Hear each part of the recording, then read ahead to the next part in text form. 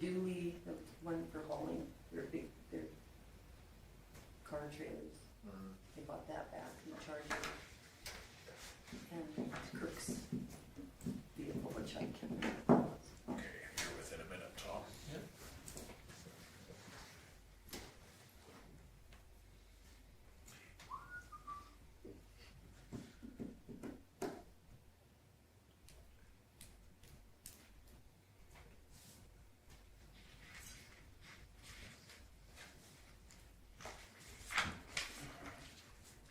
I was gonna get you to go to work, it's or something. There's a big barbecue. You just seem to enjoy that way too much last night. 7 o'clock, we'll call the meeting to order. Is there, everybody's got an agenda, any additions to the agenda? Hearing none, somebody wish to move? Judy? Any discussion on Judy's motion? Hearing none, I'll call the question, all in favor? Opposed? Seeing none, it's carried unanimously. Okay, moving on to the minutes of the regular meeting of April the 28th. Any errors, omissions, questions? Make a motion to accept the minutes as presented. Okay, Lyle moves them. Any discussion on Lyle's motion? Hearing none, call the question, all in favor? Opposed? Seeing none, is carried. Moving on to the committee of the whole from May the 6th. Any questions on that meeting? Barbara? I'll make a motion to. Okay, Barbara moves it. Any discussion on Barbara's motion? Hearing none, I'll call the question. Those in favor? Opposed? Seeing none, it's carried. Okay, correspondence. We have MLA Grant Hunters from the Mayors of Reeves in May. Any questions on his document? Like I said, he always gives us lots of information there. There was one. He wasn't at the last meeting, but like I said, he does. When it says municipalities that contract on page 13 under key facts, the last point. Municipalities that contract the new police service would be required to form local civilian committees to help set priorities, similar to the committees currently being implemented for municipalities policed by the RCMP. We don't have a committee No, here, do we? not Would we here. have? We would have to have one. No, yeah, and here. that's part of the stuff that Jason Sullivan set up through the RMA and Okay. those committees that they're sitting on Oh. for the review. I just thought, oh no, not another committee. Yeah, I don't think they'll, it'll be a spell before we'll probably see it locally, but No, on our side, through the RCMP side of things, they've done that public engagement, making sure that they come a couple times a year to sit in front of council to give priorities and to set priority. okay, is there anything else on?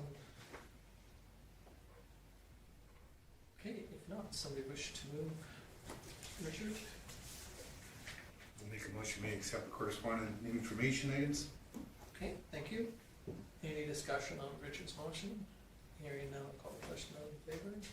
Opposed? Seeing none, it's carried. Okay, now we're going to the tough stuff. Our operating budget. First, we have our operating budget and 3-year financial plan. I mentioned in the report that you reviewed this on November 18th, December 4th, May 6th, so it's not like you haven't seen it a bunch of times. Again, at the May 6th, the committee of the whole, that was where the final budget was reviewed with corresponding with the rest of the documents with the capital budget and those sort of things. So nothing's changed from what we presented at that meeting. We have done the 2% calculation for the unknown variables going forward because the province requires us to have that 3-year financial plan, which, as we know, has traditionally just 2 to 3% is what we add to. This is the budget summary that will be reviewed for the town hall meeting.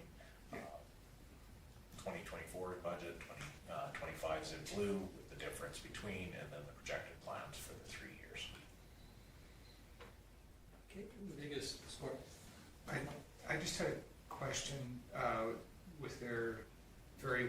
3%. And that's set by the government wants that? The province wants council to set a 3-year plan, and without knowing your changes in assessment, those sort of things, traditionally, since it's been about 6 years that we've had to do this, council just added a 2 or 3% depending on. Okay, so that's us setting, That's you setting. because, I mean, Yeah, with the you change- could set your plan to whatever you like. Yeah, because I'm just curious, like with the change that the provincial government did for the education. That was- Absolutely. That kind of threw a monkey wrench in everybody's plans. If That's you- right. If you look at the overall budget, as we talked about on the 6th, there was a $400,000 increase to your budget from 2024 to 2025, and all of it was out of your control.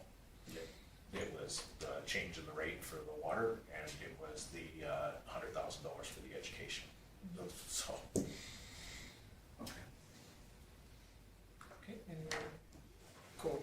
I'd like to recommend that council approves the 2025 operating budget and 3-year financial plan as presented. Okay, any discussion on Cole's motion? Hearing none, we'll call the question. All those in favor? Carried unanimously.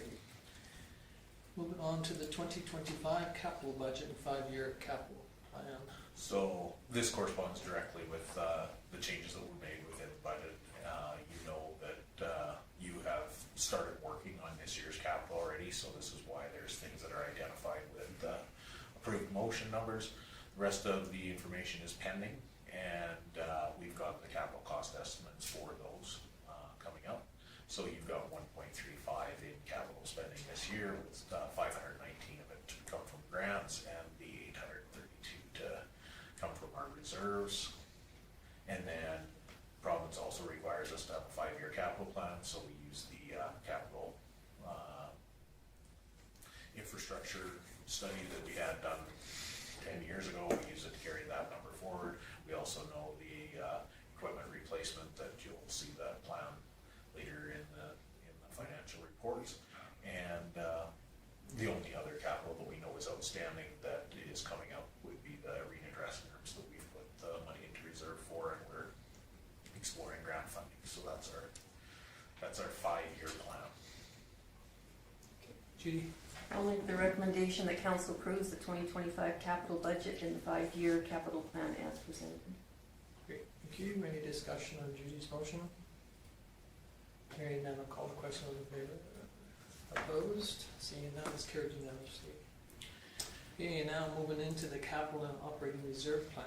So this one isn't required by the province, but this is the motions that help us with the auditor on where you're allocating your funds. So anything in red has already been approved through your capital budget. Anything, the categories, again, you earmark these for specific projects in these areas, so, or as a contingency for emergency repair and maintenance. So we have in the first category the approved expenses, so that's funds that are already coming out of those reserves. We have the 2025 budget transfers, so those are the numbers that you included in the budget. Those are recurring. Those we've been over and over and over from October. And then this last year we had that $350,000 after we got our audit done, a $350,000 operating surplus. That was due to us, of course, increasing our capital infrastructure. So, and we've allocated that $350,000 as per your directions throughout the budget in the line items through those items, with the last being the contingency reserve at $70,000. Okay, any questions on our discussion on this? Okay, look for a motion. Make the recommendation that council approves the 2025 capital and operating reserves plan and directs administration to transfer $350,000 from the 2024 operating surplus to the capital reserves account as presented. Okay, again, any discussion on Lon's motion? Hearing none, call the question. All in favor? Opposed? Seeing nobody, it's carried unanimously. Okay, moving on to 25-year capital equipment replacement. Okay, again, this is not a requirement by the province, but something that we started several years back, I guess almost 10 now, and this is to earmark funds inside our reserves for the replacement of the equipment on a 25-year life cycle. As you know, last year, we updated the plan and we did the increases with the 2% escalating through the, so that we don't get behind again on it. So all of these prices, again, we're fairly confident that we know that a mower is gonna be $18,000 in 2049, but hopefully we'll be able to keep on top of it with our 2% that we're adding to for each year. But at least this gives future council that here's what equipment we need to replace Yeah, and how you're gonna do it. Yeah, it is really nice to see how the philosophy behind this, years ago. I'm not sure if Judy saw much of it or Lyle, but we didn't have much of this ever there, so you just kind of bought what you thought you needed, and this kind of gives you a better plan of saying that. And this year we had a couple that got moved around a little bit, or last year we moved We moved the street sweeper Street down, sweeper. based on council's, recommendation that we know that we're not gonna get any trade value from it, so we're gonna run it until the end of its useful life. but it does give councils of the future too an ability to see exactly where they stand and what their funds are going towards, and by putting in 197,000, is it 197? 127 this year, and if you work it out average, it'll be 143,000 per year. So that keeps that, so that we don't have to theoretically borrow, we, accumulate enough funds. Okay, any questions on this? If not, entertain a motion. Judy? That council approves the 2025-25-year capital equipment replacement plan as presented. Thank you. Any discussion of Judy's motion? Hearing none, I'll call the question. Those in favor? Opposed? Seeing none, it's carried unanimously. Okay, the next one is our taxation levy. So based on the information that was brought forward, you've all had a chance to see the report. You do know how we adjusted the mill rate down, almost 1.079 mils for our non-residential, and we did 1.078 for our residential, and that equalized everything out to where we needed to be. We did see a small increase in the school based on the numbers that we saw, and we did see a small decrease to the senior foundation. So the mill rate bylaw was put together based on the information that was provided through our assessment and the numbers that you reviewed to keep, I guess most importantly, it's keeping our taxation revenue that we gain from taxation at the same level as it was last year. Yeah, and unfortunately, if we wouldn't have had that large increase with the school, it would have been a nice ability to lower substantially, but we have no control, like Lyle said, we have no control over that item. It's a provincial one, and so. So this, with this bylaw, you can give all three readings in one meeting, and you can't do that until you've passed the capital and operating budget, which you just done. So, somebody wish to move first? Barbara? Okay, any discussion on Barbara's motion for the first reading? Hearing none, I'll call the question in favor. Opposed, it's carried unanimously. Second reading, Richard. Any discussion on Richard's motion for the second reading? Hearing none, I'll call the question in favor. Opposed, seeing none, it's carried unanimously. Introduction to third. Bill. Any discussion on wills to introduce the third reading? Hearing none, I'll call the question. Those in favor? Anybody opposed? Seeing none, it's carried unanimously again. Okay, third reading. Lyle. Any questions on Lyle's motion to the third reading? Hearing none, call the question in favor. It's carried. Anybody opposed? Seeing none, it's carried unanimously. So as Kim said, that we're going to try and get these out sooner than later, so that we can hopefully avert the postage break. Yeah, just for council's information, we will most likely be getting these out Friday, to get them out early enough that, should, postal strike happen, we'll have everything out. So, Is there possibly a work stoppage there? Yeah. Jeez, I haven't heard. I gotta watch the news, I guess. you've been a little tied up. You might turn your radio on if it didn't kill your air conditioning. Sorry, no. No, it's true, it's true. Okay, so we'll move on to the food bank funding request. As you can see, this is one that Judy brought to us. Yes, received the information, and there was a brief discussion of the committee of the whole, just making sure, so it has been included in the operation budget. What this is the Rural Development Network program. The food bank received $100,000 last year from the province for it. They only received $60,000 this year, and we're hoping to keep the same level of programs with that. So they've requested funding from all of the partners to make up for the shortfall in their programming.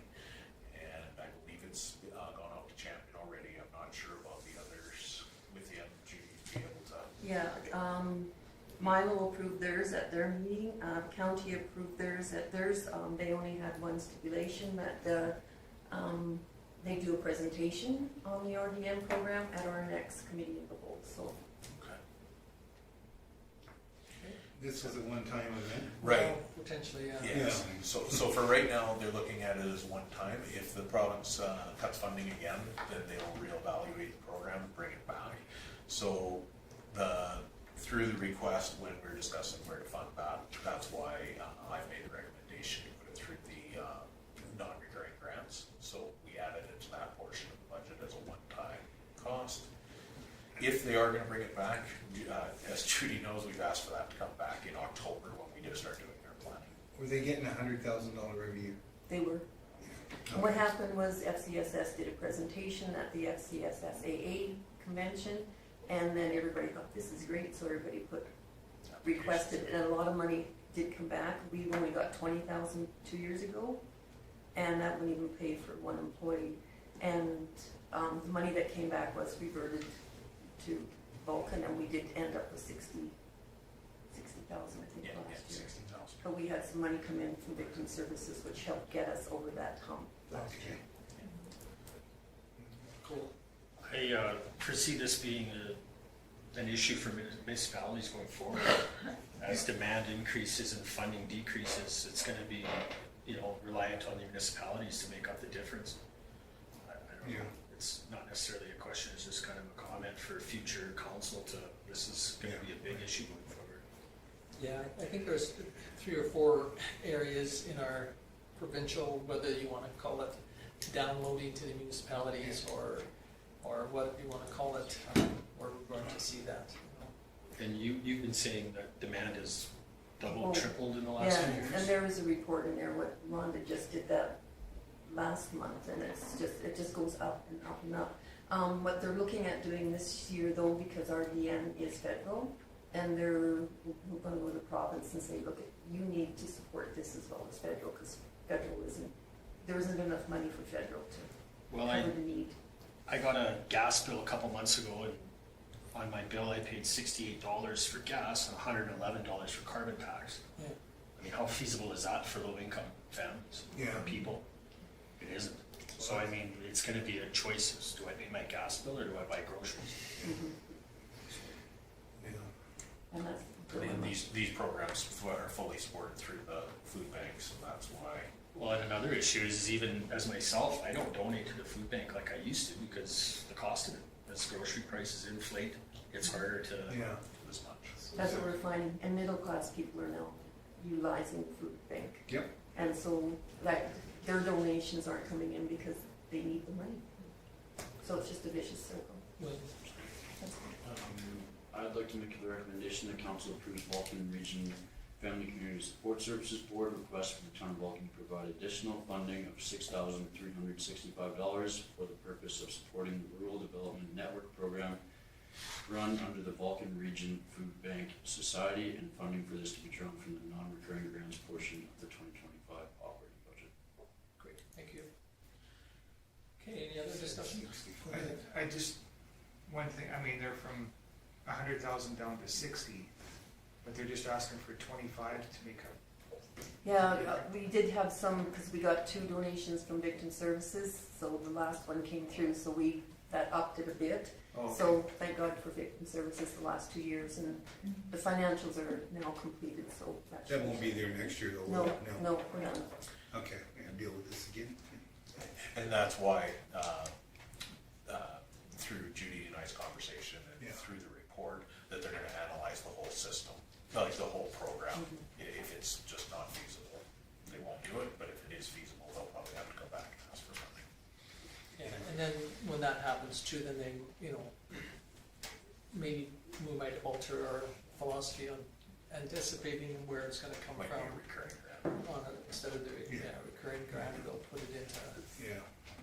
You're right. So I think, it'll be something, and again, it's unfortunate, that's the biggest problem we have. We start on our budgeting, as Kim had said earlier, in October, September, and some of the organizations don't find out about some of this stuff until, Yeah, it's tough to plan for. and it's really hard. Exactly. Even on the education one, I mean, I'm sure somebody in the Department of Education knew that there's potentially going to be some changes, to give us a heads up and allow us to start planning for it, but unfortunately it doesn't happen, so. There. Okay, Let's go to that motion. yeah, Will's got a motion on the floor. Any discussion on Will's motion? Hearing none, we'll call the question of the favor. Opposed, seeing none, it's carried unanimously. Okay, Futureville has requested somebody to sit on a committee.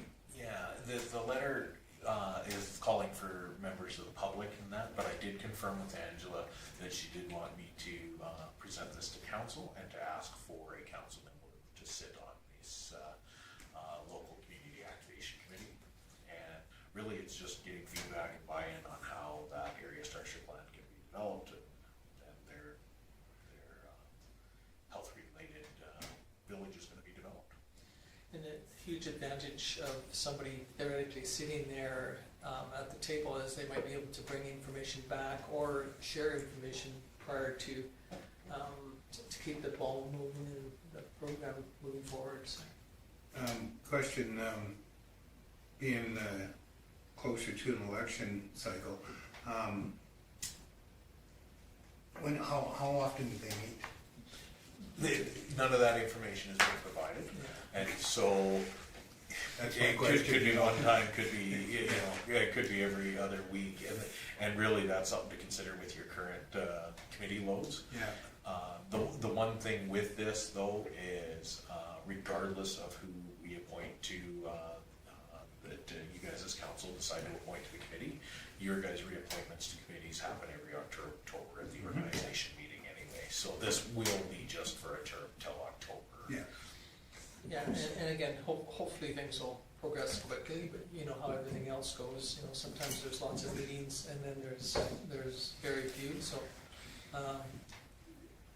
Cole? I will put my name forward to be in consideration, not because I think I'm the best candidate, but because my committee loads are lighter than Judy's. That's, I was gonna is that why nominate everybody you. was looking at Judy? Is that why she was panicking a little bit? Yeah, well, I picked it up by everybody looked at.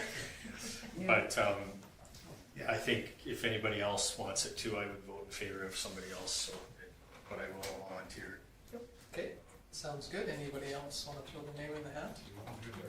And then hopefully as things progress, and if Cole can't make it, I can always step in for you. I might call you to be my alternate anyways. So we could put that on the committee report sheet for Cole as the named and Tom as the alternate. Are you sure you don't want to hit that, Tom? No, if you want, no. Well, I'm not saying I want to, but I'm just saying I feel bad because I'm Oh, light no, on the no, I committees. think it'd be a good one to get in on And I can help you out a bunch with that too. I'll probably need that. yeah, so, and again, if you run into problems, I mean, we're all here to support each other, so. Okay, any thoughts, anybody else? Okay, so we need a motion to appoint Cole as the, I'll make the motion that council appoints Cole Dunham to sit on the Futureville Local Community Activation Committee.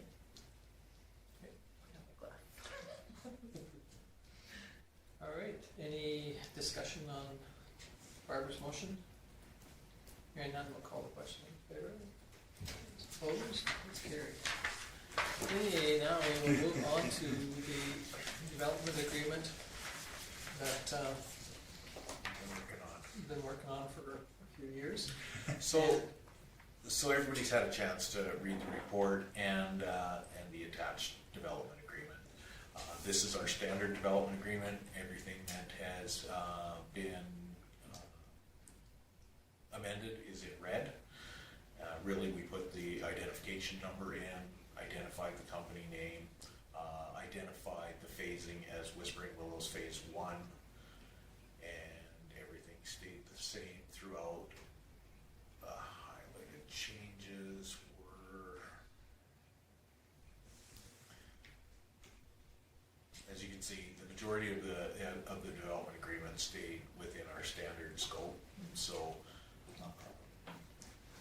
one of the major items was the securities, where the current developer, the modification in here was from 100% down to 50%, and then from 50% down to 10%.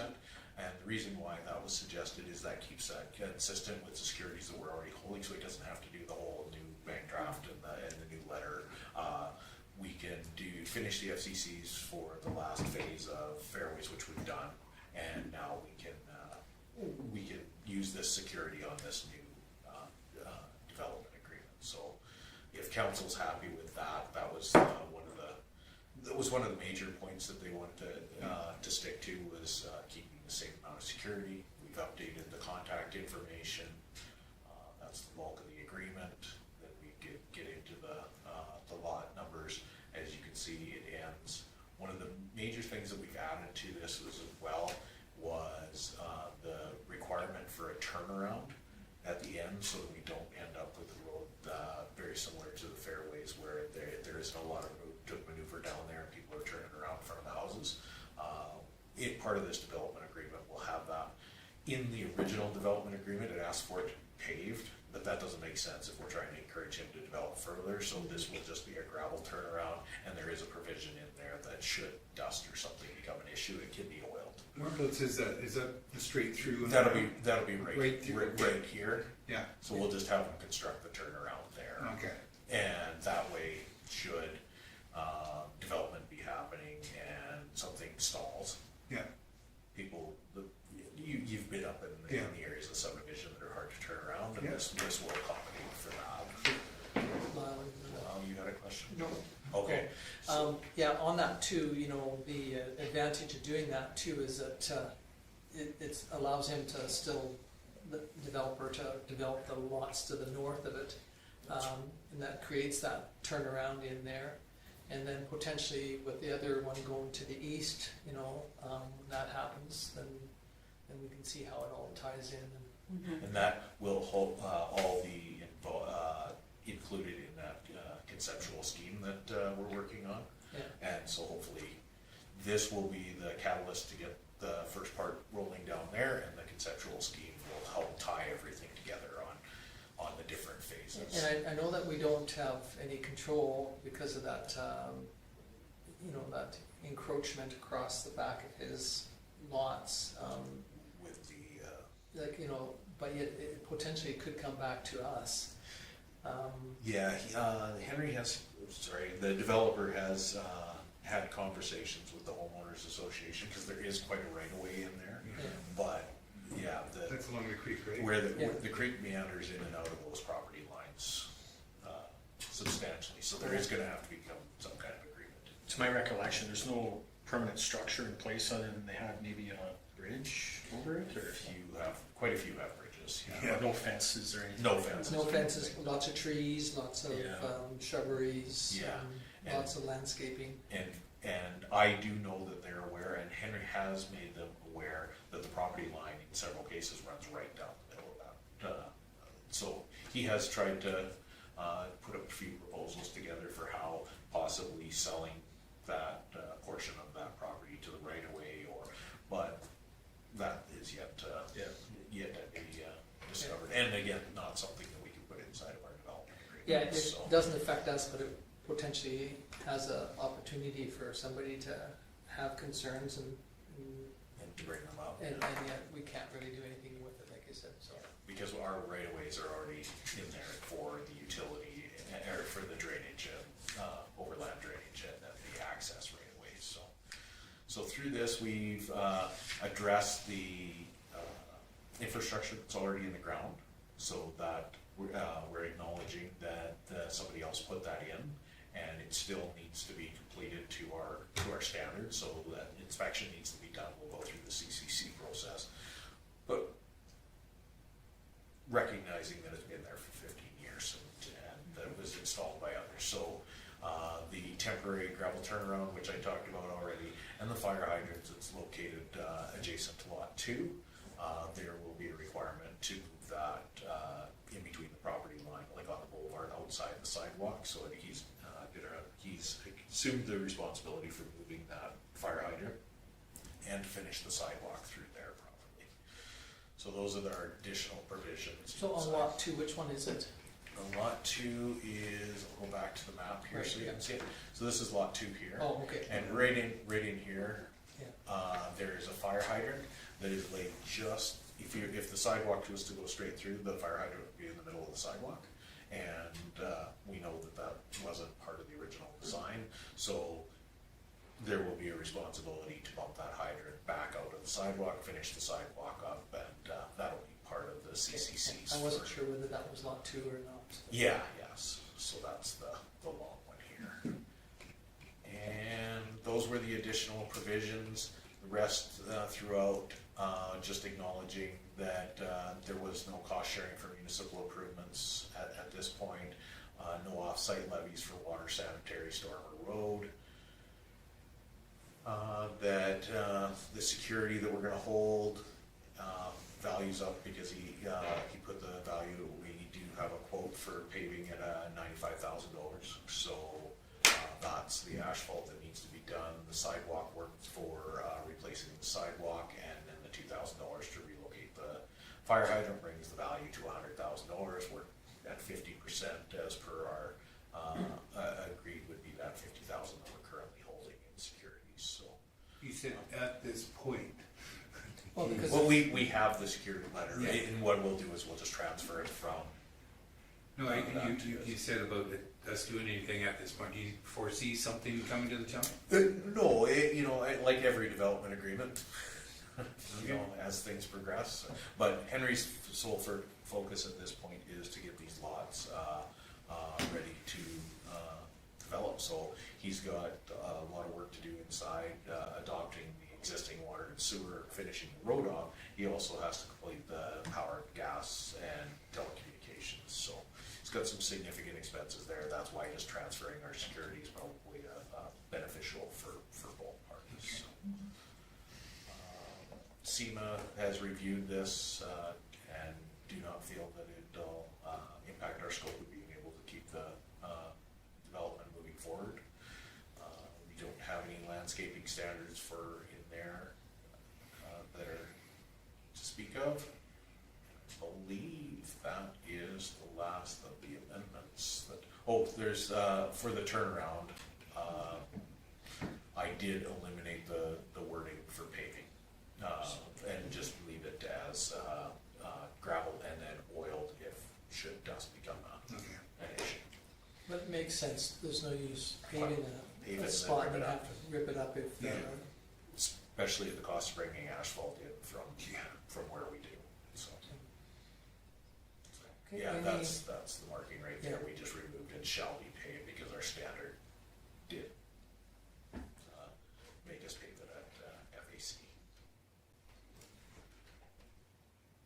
Okay, That's it. and he'll probably do the 2-lift method and just, It is, and actually the quote that he got from Saul, when I was reviewing and when SEMA reviewed, this is a residential road that calls for 50 mil of B and 30 mil, so 80, he actually has 120 mil. He's got 2 lifts of 60, so oh, he's actually over and above our standard, which is good.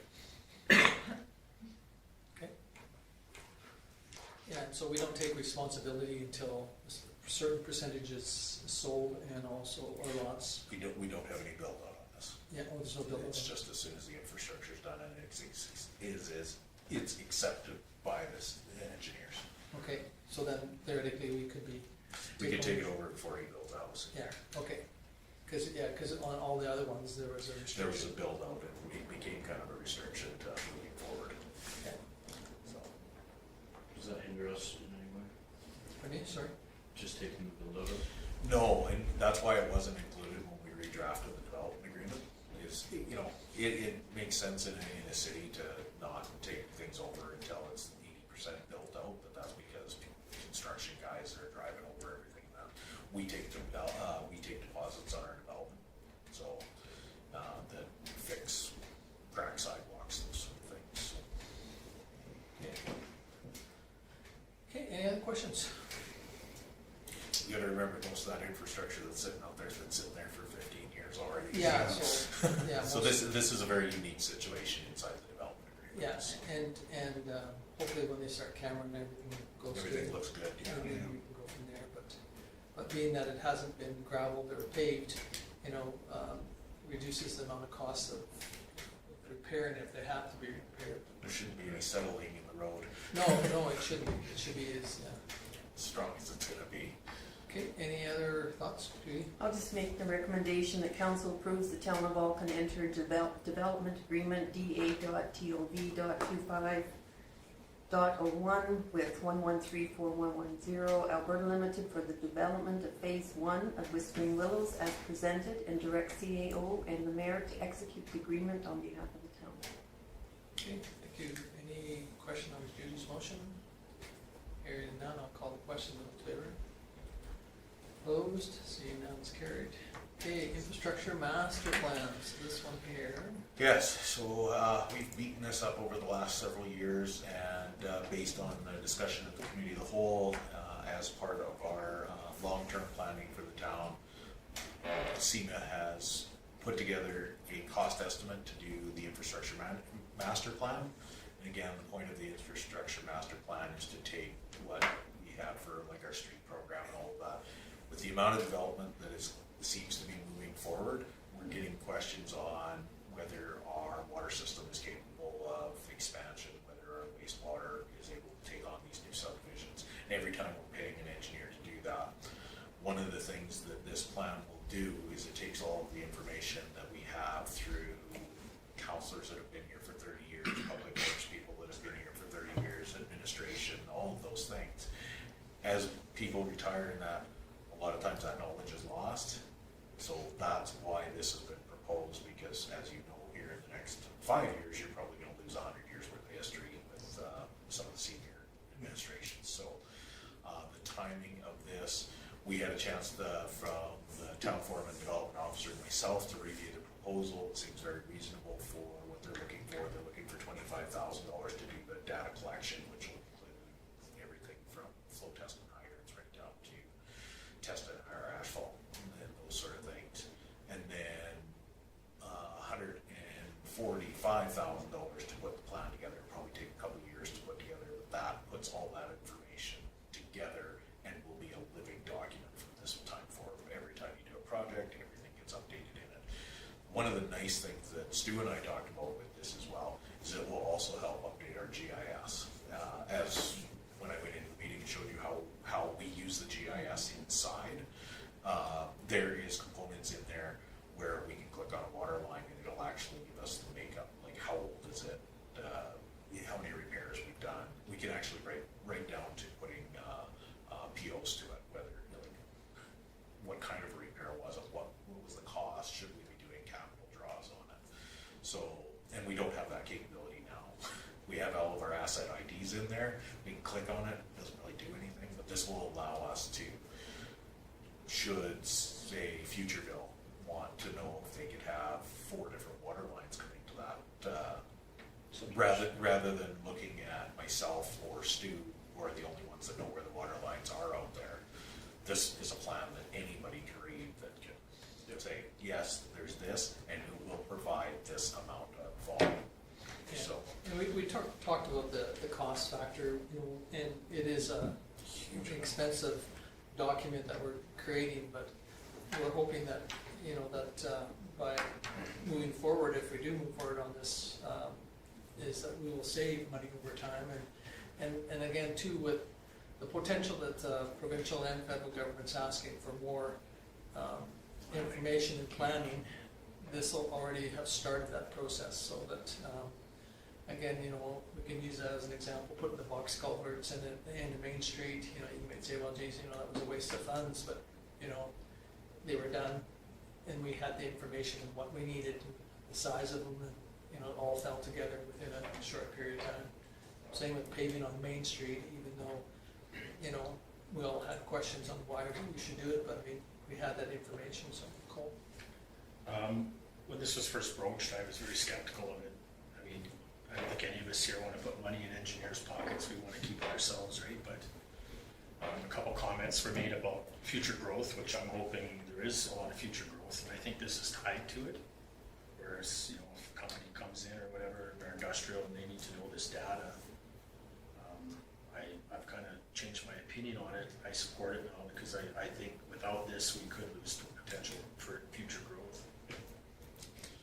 One of the other things that wasn't discussed in our committee of the whole that is worth mentioning when Stu and I were reviewing it further to present to council is there is a good possibility that this could be tied to capital funding as well. Right now, you know, the original, they tied it to the tangible capital assets, but that was just basically what we had in the ground. Now, they, from a provincial side, every time we apply for our grant funding, they ask us about asset management plans, and this is going to fall right into that asset management plan. And one of the first things that they ask you if you don't have one in place is what's the reason why you don't have it in place? Is it manpower? Is it you know, cost? Is it, you know, and they give you the 4 or 5 different things, and we click all of them. Like, it's just not a priority. And with growth, it now has become a priority. I am reading Grant Hunter's report there, and they were talking about having master plans ready for school systems, and that was one of the lines there, was that it's preferred you have that in place because it kind of puts you to the top of the list. It says it doesn't cut you off if you don't have one, but it does move you up because it's like having an on-the-shelf plan already. And I was kind of like you, Cole. I just didn't want to spend $170,000 to put it on the shelf.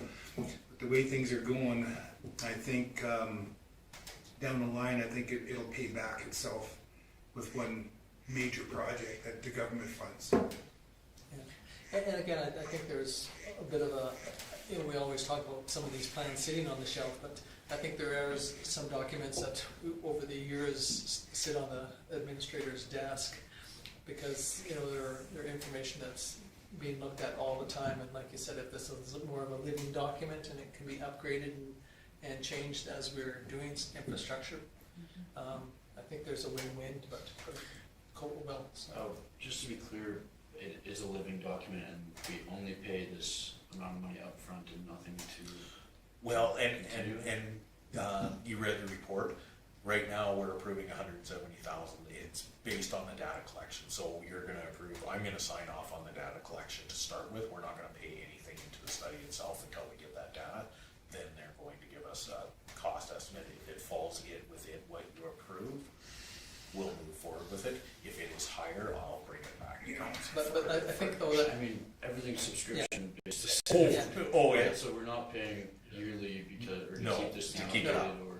But yet, when we do a project, that information will go back in, and so that information that's going to be collected and put back into this new document will be charged back to that project, I would assume. And that, so when we, let's say we do a street and they open it up and they know what's in there and the new pipe that's put in, it'll be automatically updated on the project.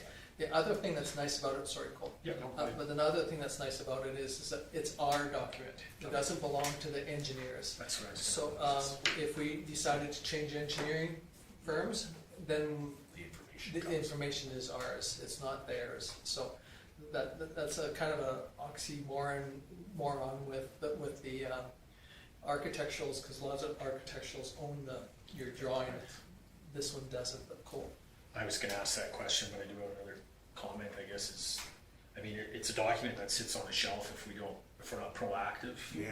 Us and future councils, but if we are proactive and get growth, it will be used, right? So, And the last point I'd like to make about this is, to Richard's point of $170,000, you are using 100% grant funding.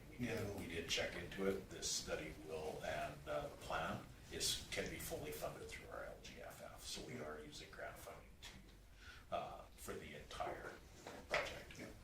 I read that. We'll, I was just, well, first of all, gonna say that our council, I think in our term has been very proactive, and we've spent a lot of money on making sure that our town's gonna grow, so we might as well give those companies that are gonna come in and make sure that they have the resources to build here, as well as maybe some future developments. I'm gonna make the recommendation that council approves the SEMA Plus proposal to create a comprehensive infrastructure master plan for the town of Vulcan as presented at a cost of not to exceed $170,000 to be funded with local government fiscal framework capital funding. That was a mouthful, Will. discussion Read on in there Will's something. We motion. need some periods in there. I need something very specific for our auditor. Yeah. Okay, and no discussion on the, we'll call the question, those in favor, opposed, seeing none, it's carried. Okay, moving on to the next one, the town hall. So, as you know, we tried to hold the town hall meeting on the third Monday in June because it falls in between the two council meetings and is 2 weeks before the tax notices are due. It was brought to my attention at the committee of the whole meeting that we will be without the mayor for that meeting, so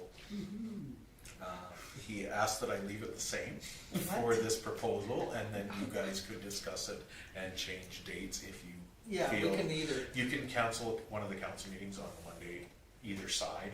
I have proactively booked the Lodge Hall for every Monday in June for your meeting, because So, yeah. again, because your policy does require you to do that public engagement side. You don't have to do it in the way that we do, but as I found over the last 10 years, the consistency of presenting the documents the same, everybody tends to understand your budgeting and that a lot more, so.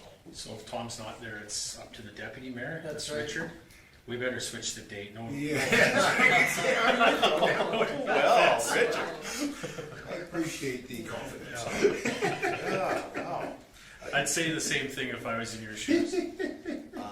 If you are to do either that Monday, either of the other Mondays, again, the council meeting can be canceled for that evening, and you just have to do it as part of this motion to change the yeah, date. so, A reminder that Alberta municipalities are coming on the 9th. yeah, earlier in the day. Earlier in the day to meet with you, so, the town hall meeting, I guess if you are waiting for Tom, I guess it would be more picking his preference of whether you would like to do it the day before he leaves or the day that he gets back. Judy, Well, I just want to reiterate sort of what Cole says, we need your knowledge there. Yeah. You're just so good at it, and I'd really appreciate if we could get that changed. And what time is the AM, is it 4 or 5 that they're coming? 4 Four? o'clock, I believe. I sent out an invite and I'll just re-update it for you. Yeah, I think we need Tom for the 3 people that'll be there. Up There to might be date. more now. Oh, I hope there's more, but One of the things worth discussion that I guess hasn't happened, you still need to look at what date you want to do it, but one of the things that you do as part of this meeting is obviously we go through the documents as they were presented tonight, and they're very straightforward to understand for the public, which is why we get 4 people to come to a meeting. So having said that, every year council has tried to throw something on that agenda to try to bring people out. We've done everything from local improvement policies to business incentives to land district reviews. We've done speed limits was the last one that we did, and actually got pretty good feedback. We actually had 20 odd people there, and so this year, being that it's an election year, the nomination process and some of the changes in the Local Authorities Election Act might be something to bring up. How do I become a councillor? How do you once it is, those sort of things. Yeah, It might spark some further Yeah, conversation. yeah, you know, So I or can- if you guys can come up with something or, you know, so we can get some information to it. We did also talk about assessment one time too, you know, which we really never went into any depth on how they do, you know, like bring the assessor in or somebody from our counselors that know how the assessment system works and that. But, you know, most of us want to see our assessments go up, but we don't want it to affect our taxes. But anyway, that was the other one that we had Semi talk about, but like him said, being an election year, you know, it might be a good opportunity to say, hey folks, you know, this is what you need to do and get it out. And if we can get it out soon enough, you know, hopefully there might be a few people there that are interested in potentially running or have questions on how they can run. Go ahead. Judy. Yeah, and hopefully, I mean, we haven't got a letter of no yet, maybe we can talk about the HPP, but Yeah. hopefully by that time we'll have some answers. Yeah, no, and I think that we could just definitely morph into that, but I think that we should have a Definitely, yeah. trump card in our pocket. I like the election. So what I'll do is I'll draw up the documents for this meeting, no matter what night you hold it on. I'll draw up the documents for them, put them together, and on the last page, I'll do a brief on the election and when it is, the process to be nominated, those sort of things. Just maybe a nice one pager that people can keep. And then again, if we have good news from HPP, that would be great. You can do that as in there as well. And then our template stays the same for the meeting, so that Yeah. when Tom does get back from his vacation, that we won't shock him with a completely different document to try to explain to the public. Cool. I do think that if we emphasize the water rate adjustment, there might be a bigger crowd, and honestly, we might take shrapnel for it, but I would enjoy the chance to speak on it, right? So, I don't know, that might be the thing that draws some people. I might have a neighbor or two that come for me, but we'll see. You got a next door neighbor that has an opinion that would like to share with you. Well, and I'm open to that. I wouldn't mind the opportunity to speak on it, because I thought one was. What date are you back? Well, like I'm gone from the next, gone from the 10th, no, I come home on the 22nd, so. I have one more question. As opposed to not having a council meeting, would we be able to do a Tuesday evening, like say the 24th? Or no? That's more with Yeah, the problem that we run into is there's so many other committee meetings that Yeah. are from Tuesday to Friday. That's Yeah. why we've always kept it on Monday, and Okay. again, that's why we keep it the third Monday. It's just, I didn't, again, give Tom notice quick Well, enough. and to- that was partly my Get fault it too. I off of his- should have, but, you know, yeah. Yeah, traditionally, again, we did, if you recall, when they did the open house for the proposed RV, they did that the third week of Yeah. June, which did postpone our meeting. We did it the last week of June as well. The problem with doing it the last of June is obviously the Monday. If you were to do it that's the day your taxes are due. Yeah. So Yeah, so- you'd be on your last day, and what you try to do is try to get that information out, because you're trying to inform people, you know, Where their tax dollars the are going benefits and of how they- what you've done with the mill rate, all of those things, the value of the tax dollars. Okay, so we need Date and a date and a motion to. what do you prefer, I guess? Well, I think personally, I'd like to see us do it on the 9th and then eliminate the council meeting, and so we need, you know, a motion to pick the 9th and then a motion to call. I'd like to make the recommendation that council directs administration to schedule and advertise a town hall public meeting to be held on, it's Monday, June 9th, Yes. 2025 at the Vulcan Lodge Hall at 7 p.m. and that council canceled the The- regularly scheduled council meeting for that for June 16th. as well. Yes. Okay. We've heard the motion. Anybody have any discussion on this? So just to be clear to cancel the regular scheduled council Council. meeting June 9th. June Right. 9th, Yeah, that's you right. said 16th. Sorry, yes, The town I was hall. reading the motion, Yeah. making sure that we had it right when we were putting it down. Sorry about that. No, that's great. Any other comments or questions? If not, we'll call the question. Those in favor? Opposed? That's carried. Thank you. Okay, moving on to committee reports. Marcus Foundation. You've had an opportunity to read this document. Really, you should get a round of applause for getting Marcus Foundation minutes in draft form. Yeah, it is nice. I really appreciate That's the it. first time I've ever seen that. It's nice. That's because Gloria had to do it. It is very nice. Well, and again, I know that you bring information up anyway, but it is nice to see it in writing so that we can go from there. But, is there any questions on the Marcus Foundation minutes of the March 25th? Okay, the Mayor's and Reeves from April 4th.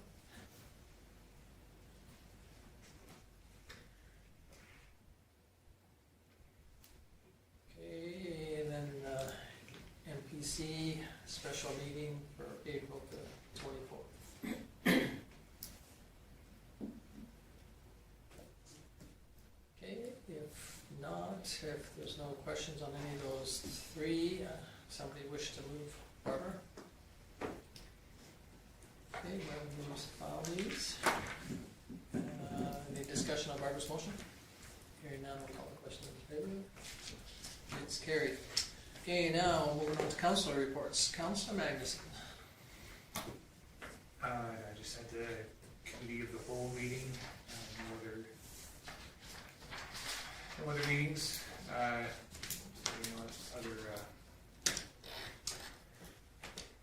discussion. Well, we did get an offer on 3 industrial lots. Were brought in time to get to these meetings, so They'll be on the next agenda. Council. That's big news. Huge. Sounds good. Really good. Okay, any questions for Lyle? If not, thank you. Councilor DeVoe. I'm about the same as Lyle, except I didn't sell anything. I just went to the committee as a whole meeting on the 6th, and that was about it. Been pretty quiet. Okay, any questions for Richard? If not, thank you. Councilor Smith. I had a Forest Commission meeting via Zoom on April 29th. Skason Partners attended to go over our 2024 financial statements and financial information return. Everything's looking really positive. And it seems like our new executive director, Shelley's settling in really well, doing a great job. So. That's it. Yep. Okay, any questions for Will? If not, thank you. Councilor Sanderson. You're happy to know there's not much this time. I attended the committee of the whole as well, and on April 29th, we had a Marcus Foundation meeting. We got our license for the Peter Dawson Lodge. It was getting down to the wire. We were a little nervous because you have to have that license to run it. It's a more detailed document, however, it's now for a 4-year period, so it doesn't have to be done every year, so that's good. Our DORF letter was acknowledged. Got an email from a tenant just wanted it on the agenda about what a great job Gloria does and how kind and caring she is to all the residents and staff, so that was brought up. And that includes all the buildings under her care, so all the villages. And we have a new representative from Arrowwood. We got a letter from the Arrowwood Council for Kevin Stevenson. And he's going to sit on the business plan with Kelly and Lori, so that's really good.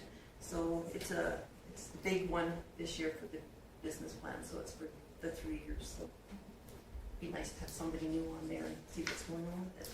And then I've got MPC tomorrow and FCSS and Food Bank on Thursday. Great, thank you. Any questions for Judy? If not, thank you. Mr. Barbara. So I was not here for the April 29th council meeting, so I'm gonna go back a little bit. I had a library meeting on April 23rd, April 24th. I went to the South Grove meeting for Cole as his alternate. April 25th, I attended the Senior Protect Lunch and Learn presentation that they did for Vulcan at the Senior Center. And May 6th, Committee of the Whole, and this week I have on May 14th another Senior Protect meeting. Okay, great. Any questions for Tyler? Hearing none, thank you. Councillor Dunn. I was at the committee of the whole meeting, as was everybody else. Barb filled in for me for the South Grove meeting, thank you, Barb. I'll go anytime. Pretty good food, yeah. Pretty good food. Other than that, I haven't had any meetings and I haven't been around to interact with ratepayers, so I have nothing to contribute. Okay, any questions for Cole? Okay, now moving on to me. I had a SEWA meeting. We met or had a meeting with this Ruben, who is the person from Global Green. And he answered a lot of our questions of, why the processing way is taking longer than what we anticipated. And most of it is because of the difference between international law and Alberta law. And so they're going through the process of bringing it to Alberta law. He apologizes for the delays, but he thinks he's got the money in place for 3 places. And so we're still processing and trying to move forward. We're not sure. I haven't had the last Solid Waste Commission meeting was postponed or changed. We changed the date to satisfy 2 of the members, and then we didn't have a quorum for this one. So I'm not sure. We're now going back to the discussion of keeping the same date all the time, and if you can't make it, you can't make it, send your alternate. But anyway, it is kind of disappointing because we couldn't do our financials, so we had to ask for an extension.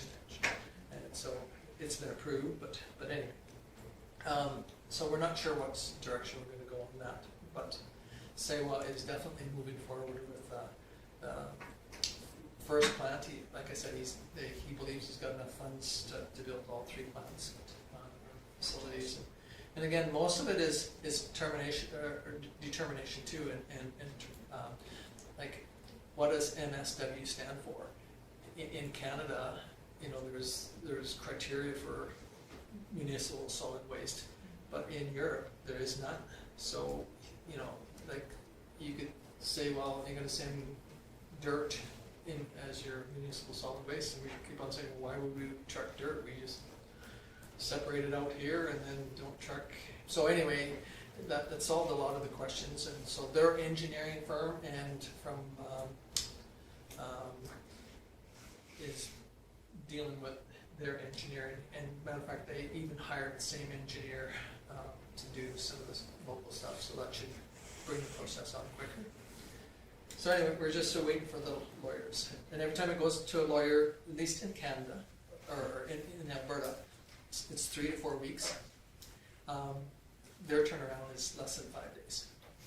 Their lawyers turned it around and said, nope, we don't have any problems with these, send it back, or have a question with this and send it back. But our lawyers are taking 3 weeks to fill it. Maybe we shouldn't be paying them, and just let them see if they could settle it quicker. Anyway.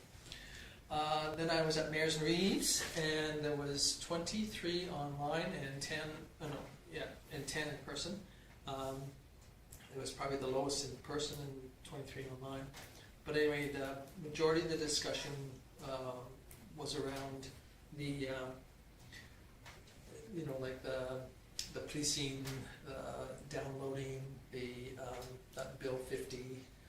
There was a huge discussion on Bill 50. Unfortunately, we didn't have any MLAs or MPs there this time, but there was a huge discussion on Bill 50, what it potentially does or doesn't do, or how it affects us. And if everything is rosy, Bill 50 is not a concern. But things are kind of ugly, you know, it could be a major concern for municipalities.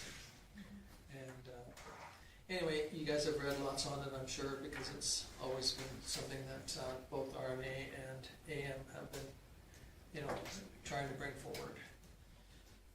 Then I went to a grand opening of the daycare in the old church, and they've done a nice job of, you know, bringing it forward.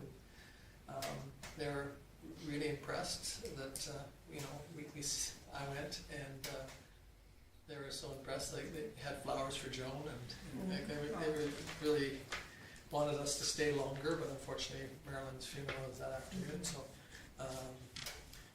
so it sounds like it's going to be a good go, and they have another facility over in Claire's home, so they do have some expertise that they can bring to the table. But you know, hopefully it doesn't affect our other daycare. But I guess we'll see. Hopefully, maybe some of the people that are going to other communities will start bringing their kids back.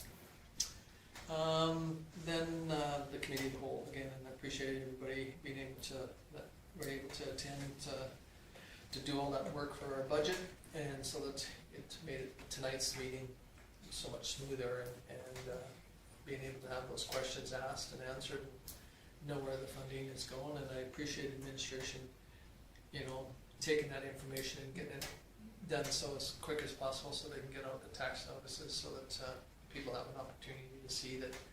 And all of us saw how it, majority of it, how it potentially is going to affect. The majority of people aren't going to see much of a difference, you know, if any. Some are lucky and get to see a little bit of a drop, but there are going to be some that's going to change a little because of the assessment. So that's pretty well it for me. I've got a couple meetings coming up, but you know, hopefully they'll go smooth. But any questions? Go ahead, Cole. I just had something to add that I forgot. It's just quick. I'd just like to acknowledge the passing of Linda Love. It's a pretty big loss. I'm sure there's been a lot of community losses lately, but that one was pretty unexpected. Yeah, it is. You know, so I mean, there's a prime example where you know we need to mend our fences and be, you know, polite and honest to our friends, because you know it's one day we're here and the next day we're not. So I've lost 4 family members, you know, cousins and family members that are in their 70s, and Linda now, she's not a family member, but I mean, you know, that are in their 70s and go, or less. It's pretty sad. But anyway, just shows you how vulnerable we are and how we need to learn how to appreciate each other. So any other questions on any of the reports? If not, somebody wish to move? Richard. Any discussion on Richard's motion? Hearing none, I'll call the question. Those in favor? Opposed? Seeing none, it's carried. Okay, moving on to the activity list. So as you can see, everything that was from the last meeting and the outstanding for the committee of the whole obviously got finished when you have the committee of the whole. I'd like to thank Karen because her name's on everything on there, and that's the reason why they're all gray. So, unless there's any questions, the first item's going to be outstanding, as you know, for a long time, until somebody sometime decides to take it off there. So that brings me to my CAO report. As you're aware, it's been a pretty busy couple weeks. Prepared for the attended the 28th council meeting. From there, we went right into doing all of our budget documents, all of the changes, preparing for the committee of the whole. We worked with the development agreement. Again, it's pretty it's pretty amazing that after 10 years working on that, we actually had something that you guys approved tonight. So that one took a lot of work, and I'm really glad that Henry has found a good working relationship with a consultant that can actually make that stuff happen. Help him understand those things a little bit better, and the benefits for him and for us moving forward. So that was actually enjoyable working on that portion, even though we've been working at it for so long. So I'm glad that moved forward. Made the final adjustments to the draft budget and mill rate. Worked on a presentation for the committee of the whole. The county's got a new municipal development plan that's out for review. I'm sure you may see emails about that. They're gonna have their open house. This is their master municipal development plan, like what we did about 7 years ago. And so they're redoing their whole document. It's a very high level planning document, so there's no specifics of anything in there, but it's a good read. I reviewed it, and it actually brought up very few questions this time. So I was able to go through that. I did execute an escrow agreement with North and Company for the Futureville purchase, and that is really just the agreement that makes sure that should development not happen within the 2 years, that they will do the escrow to do bring the funds back and for us to re-register the title in our name should they not move forward with development. And got Futureville in contact with the community garden and the farming agreement, so they'll be able to maintain it. It sounds like the previous arrangement for the farming agreement to pull hay off there will stand, and they will do that. So that was nice to get that together. SEMA Plus worked on the development agreement and the infrastructure master plan proposal, because of course the original proposal came in November, so we kind of had to update a little bit of the information to bring it up to date. We're working on, and Lyle will be aware of this sitting on the airport committee, there is one hangar out at the airport where the owner passed away, and the family continues with that. And because it's a lease, it's not, we levy taxes, but we have no means to collect the taxes through the property side because there is no title. So we're just trying to figure out what to do with that, trying to contact the family because it's all in a business name and without overstepping. And then hopefully be able to get them in contact, but we may end up having to lock that hangar up so that we can get in contact, because we do know things are being maintained in there, but they're not. None of the correspondence is actually getting back and forth. So from there, community members, we had, I'm sure you were quite aware, we did our annual flushing throughout the community. We did have some plug vent lines that did cause some gurgling and some splashing, and Stu was able to talk to the majority of residents that happened. And again, we always make note of the areas, we'll pressure down, but 99% of the time it is a plugged vent line or something that is out of our control. And again, from a homeowner standpoint, they don't know if their vent's plugged or not either. So it's just it's an unfortunate thing that it does happen, but it does happen. So Stu was able to talk to everybody that it did, and we're able to get that completed last week. Still working on the airport stuff, and then we had quite a few comments about the demolition, and now some concerns. One particular resident with some of the tar paper and things that is blowing around. The one day it was quite windy and loose debris around. So, and Pioneer's been really upfront that they will get out and get that as they remediate. So moving along. Again, from council member standpoint, Judy and I were able to get the FCSS funding stuff together quite quickly after we got the emails coordinated, and thank you for moving that forward. And then from the campground standpoint, Stu's got some comments on there. They're pretty much ready to put the power in, and the only delay is going to be Fortis on that. They're hoping his exact words were they'll be able to camp there on Spock days, they'll be able to plug in, but I can't guarantee that there'll be power. So they can plug into the stuff. Our stuff will be there, Fortis stuff may not. I said, well, that'll make the people that want to run their air conditioners happy if they can plug in and nothing happens. I'll have to send Cole over to tell them how that works. It's gonna rain that weekend. Okay, well, that's another one of our concerns is those brand new stalls with rain. So yeah, we did formal meetings. My formal meetings were we did a Unisoft financial program review, and good. There's some really good points to it. There's some similarities to the programming that we already have with Diamond.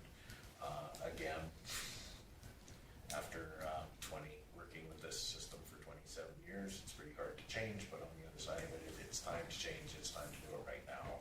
Because, you know, at the cost of these programs, costing us $30,000 a year to maintain, if they're not doing what we want them to do, that becomes a huge issue. So we are still reviewing it. Again, before we bring any proposal back, we'll let council have a thorough review before we beat it up any further. But we've been collecting the information. It was a good presentation they did today. Well, 3 hours we were with them. So obviously the committee of the whole, and it went very well. Appreciate everybody else's work on making sure they reviewed all those documents before we threw them in front of you. And then with Trinus, we're working on our IT support agreement, and we were able to review a lot of that information that I let council know about with the Microsoft 365 accounts, and we were able to streamline some.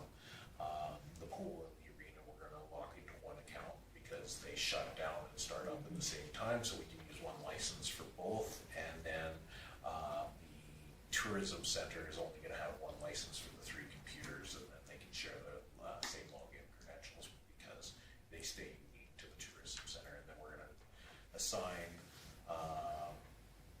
a license to each actual physical user. So Judy or Cole, that'll, and so we'll be able to cut the cost down. It's still going to be an increase, but hopefully not the whole 20,000 that we saw that you've budgeted for. So that was good news on that side. So Judy?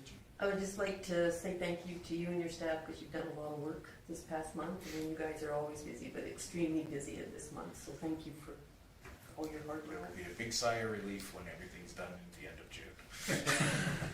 But thank you. I will pass that on as well. Okay, any other comments on Kevin's? Oh, go ahead. I was just curious if you received any feedback from the community regarding the student workers. There was a few comments that went out on Facebook about, and again, as you know, we don't monitor Facebook. No, but I was just but wondering it was if they brought actually- forward, and it really wasn't just a lack of information. The mowers were out in. Someone saw 3 mowers doing one lot and commented that maybe it was overkill having 3 mowers out. And what it is at the beginning of the year, as you guys all know, the students that return take the brand new students out and they show where the route is. And there's not a lot of people in our community that understand that when we send 3 mowers out every day and they go in different directions, and it takes from in the peak growing season this time of year in May and June, our mowers go out on Monday and they return on Friday. So, and then when we start on Monday, we start right back where we were last week. And so for those 2 months, they basically just do the circles. And that's 3 of our 4 summer students that do that. Why would it matter where they're mowing as long as they're all mowing? The comment was that when somebody else worked for another community, they could mow the entire community in one day. Oh, yeah. And so they So saw that 3 community's mowers. Milo or Colony? It was Champion. But anyway, and again, we do it up, we don't normally through the regular portion of the year send 3 of our big mowers into a residential lot to do. We'll split them up. But as you all know, if you do watch them go around town, they follow each other. They know where the last one's been so that they can go to the end of that run and they start from here to here. Because of course we do all the ditches, we do all the public spaces, we do the cemetery, all of that, and then now with the green spaces for the where the lodge is going to go, all of those things.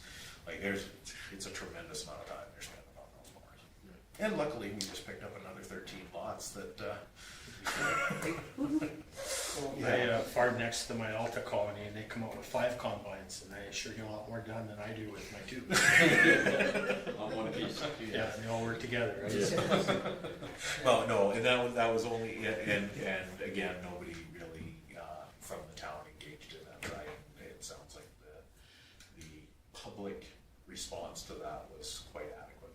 Well, I'm sure the well-informed, well-educated, concerned citizens who wrote that have been watching and they'll be better explained for them. I hope. I appreciate that. Yeah, sure. Should have done that under Stu's Public Works report. Okay, any other comments on, or questions on CEOs? Okay, we'll move on to development officers. Here's what Reed's been doing the last couple weeks. As you read the MPC minutes, Rita's they have an MPC meeting tomorrow. They're actually going to bring a proposal for the waivers that we got at the last meeting to actually include them in our land use bylaw for the rest of that subdivision. So, not to limit your meeting for you guys tomorrow, but that's one of the things coming up. Well, it sounds as though it got changed and now really we're kind of almost bringing it back to what it was before. That's So, right. you know, I mean, and it is kind of a special area because of the The gated community. the area of the, you know, gated community, so. Okay, any questions on Rita's? Okay, moving on to Public Works. One of the things Stu wanted me to talk to council about this evening is because it wasn't done as part of the planning, other than his repeated telling you that we should be looking at the boilers in the arena or in the pool. You got a total cost for the two to replace the four with two, and it's $130,000. But he also got price on just doing the heat exchangers, and it's a lot more reasonable at $5,700, $5,800 a piece. And with the amount that we've done to those boilers when we brought them to the new facility, because everybody knows they came from the old pool, but we did replace some of the electronics in those at the time. So by doing the heat exchangers inside of them, he feels that he could probably, it would extend the lifetime of those, that equipment substantially. So he may be coming back for a proposal through either after this season, possibly before the election or right after the election, depending on the appetite of council. Most likely asking the people that know about the issue is probably, he's going to bring back a proposal to replace two heat exchangers at the end of the season. So just giving you a heads up about that. One question on those are Beesman, right? Those are Beesman. And they're not guaranteed for life? They are, but not because the heat exchangers were leaking because of the water that was left in them. Okay. So Okay. that's why he says that we can get these heat exchangers back in and it'll extend that life for their lifetime warranties. Okay. Thank you. That was, when we were taken from the old pool to the new pool, they were left, guys took them out, not our guys, but pool, Yeah. they left water at the bottom, and that's what got the bottom of the heat exchangers. Why did it take 2 days to get the elevator's water shut off? Why couldn't they? Yeah, why did it take 2 days? Was it just? They couldn't find it. We couldn't find it. Oh, Yeah, those curb The curb stops stop have was been in there, and And they're buried. yeah, I bet. I'm not gonna lie to you, Stu came into my office and said, and again, it's because of the proximity to the railroad tracks, we only have a metal detector. Right. So it picks up every old spike, So every many old, spikes. yeah. And so when Stu came into my office, and I was the last person that had seen that curb stop many years ago, and so we got out on the maps, and I said, I am positive it's just off of the side of the cement pad. And again, that's testing my knowledge from 20 years ago. So, and that's where they found it. Yeah, but they dug everywhere out there, and of course the frost was coming out of the ground, and they found every nail and every bottle cap and everything. Not that a bottle cap's ever been left at an elevator. But again, too, the curb stop wasn't in line with the elevator. No. Because there was another elevator there, and they built beside it, and then they tore it down, and then that's where the annex came in, Right. and they moved the annex from another spot. So the curb stop, because they didn't put a new line in, they just attached to it and then went north. So it wasn't an easy one to find, No. and without physically digging up 400 feet of line, they, So it did take them longer to do, but Oh, that makes sense. I was just it is shut off now. I figured there was a story behind it. Yes. So Here's the story. that infrastructure plan that we approved tonight, would it have Yeah, that? that, see, that was his thing. Well, Yes and no. yes, we do have the majority of our curb stops already done. Yeah. And they're inside of our GIS, so the majority of it's done. Things like the elevator and that, depending on when they got updated, and that's why we want to get this into a digital Yeah. format, so it's always rolling over, because again, Stu's first line to ask where the curb stop was to come in here and ask me.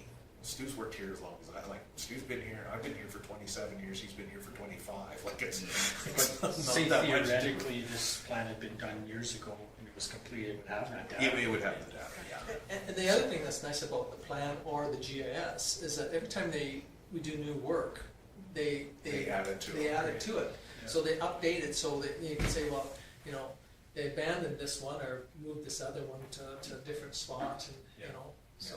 Because our original curb stop data in the community well, we still have it. It's their old recipe cards. And they measure from this corner of the house, you measure out this many feet, and you go this many feet, and that's where the curb stop is. We've put all of that data into the GIS, but really all it does is reference the card. So now with better technology, when we do stuff like that, like the majority of the rest of the GIS for our valves, our manholes, those things, Orsk sent out summer students that actually GPSed all of that. And so that may be the next step, is taking those cards and GPSing every one of those curb stops. And again, if we have some funding inside there, that's something we can definitely look at. Again, and that's hitting at this as well. We've had curb stops that folks pour a sidewalk and rip the top off because they don't know what it is, pour a cement driveway over top of it until they want their water shut off. We don't know that they've done any of that either, because you don't pull permits for a driveway, right? I can tell you one right now that's like that. I'm sure, yeah. Okay, any other questions on Stu's? Okay, if not, we will move on to the Community Services Management Report. The only comment I have is in regards to junior lifeguards. I hope that next year some of the water attendants will move up, because that's a little frightening to have so few juniors. Yeah, and it was just a product of that lull in the training Yeah, it happens through sometimes. COVID, where we've got all of our junior guards into senior guards now that came right out of it, and the ones that would have been water attendants and worked their way up aren't there. So, yeah, and it's, as you can see from our numbers, even though having the water attendants at 13, they're confident that they can get it back. They did their training on Saturday, everything went really well. Pool was at 84 degrees, and they're ready to go for next week, so.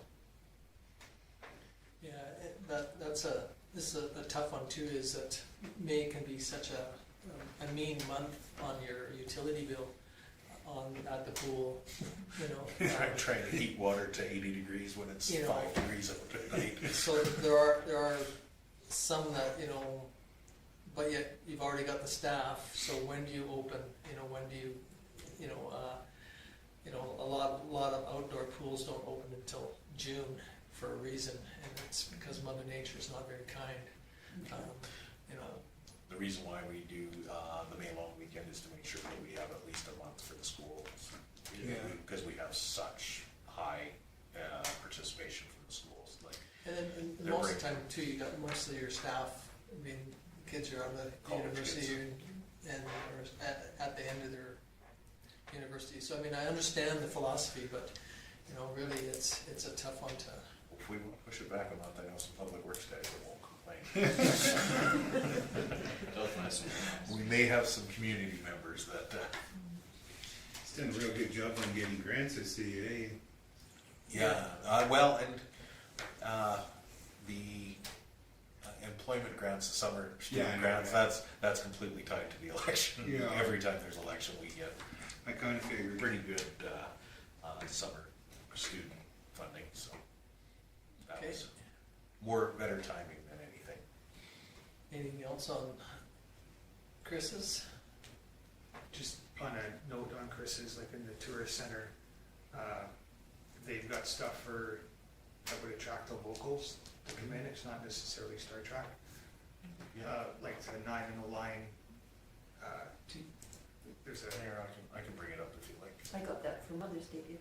I got that for my mom for Mother's Day gift, but I couldn't post anything about it till after Mother's Day because otherwise I was threatened with my life not to post it. But they do have some They're stuff really nice. to get the locals would find interesting in there as well.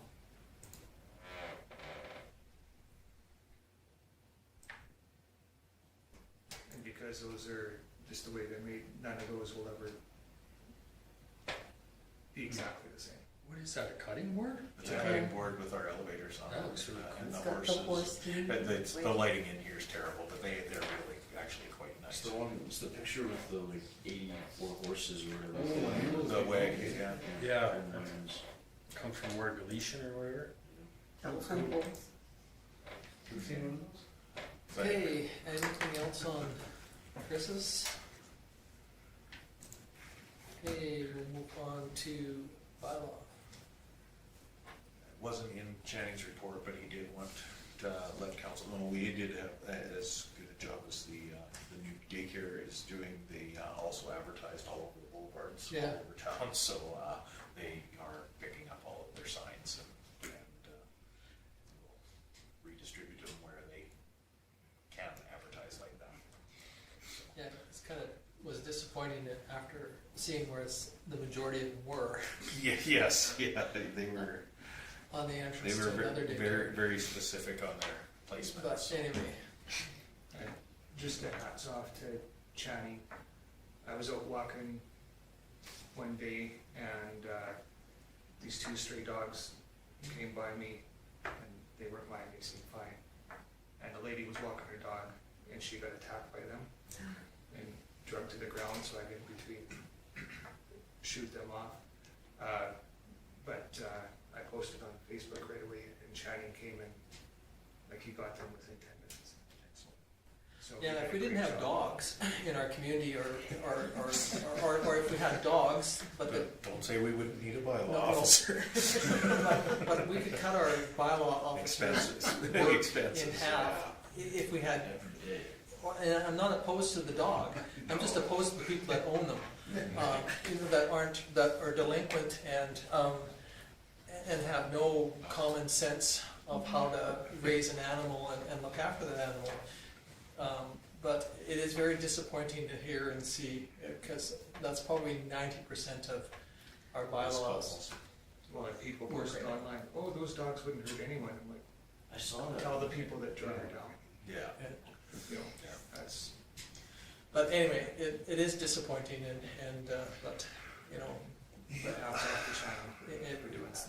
there are, group is trying to do what they can and to alleviate some of these issues, but. So any other questions or comments on Channing's? Yeah, I think if we encouraged or gave a rebate to citizens that own rifles, that problem could be solved. Okay, I'm not sure if I'm. Well, we have a new topic for the town hall meeting. It's moving up this hill. I'm gonna have you write that up. Yeah. Okay, You dog lovers come and argue with our mayor. go ahead. Just one thing to note from Doug's report here. He has AHS NetVan is now operational. That's the non-emergency transfer van. So now we have a non-emergency transfer van in town and an ambulance. So ambulance should be here even more. Hopefully we'll see that reflected in those numbers. Yeah, hopefully.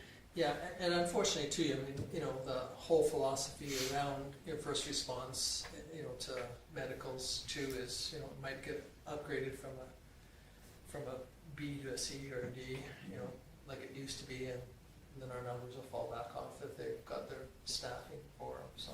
Yeah. Okay, any comments on, other than that, on Doug's?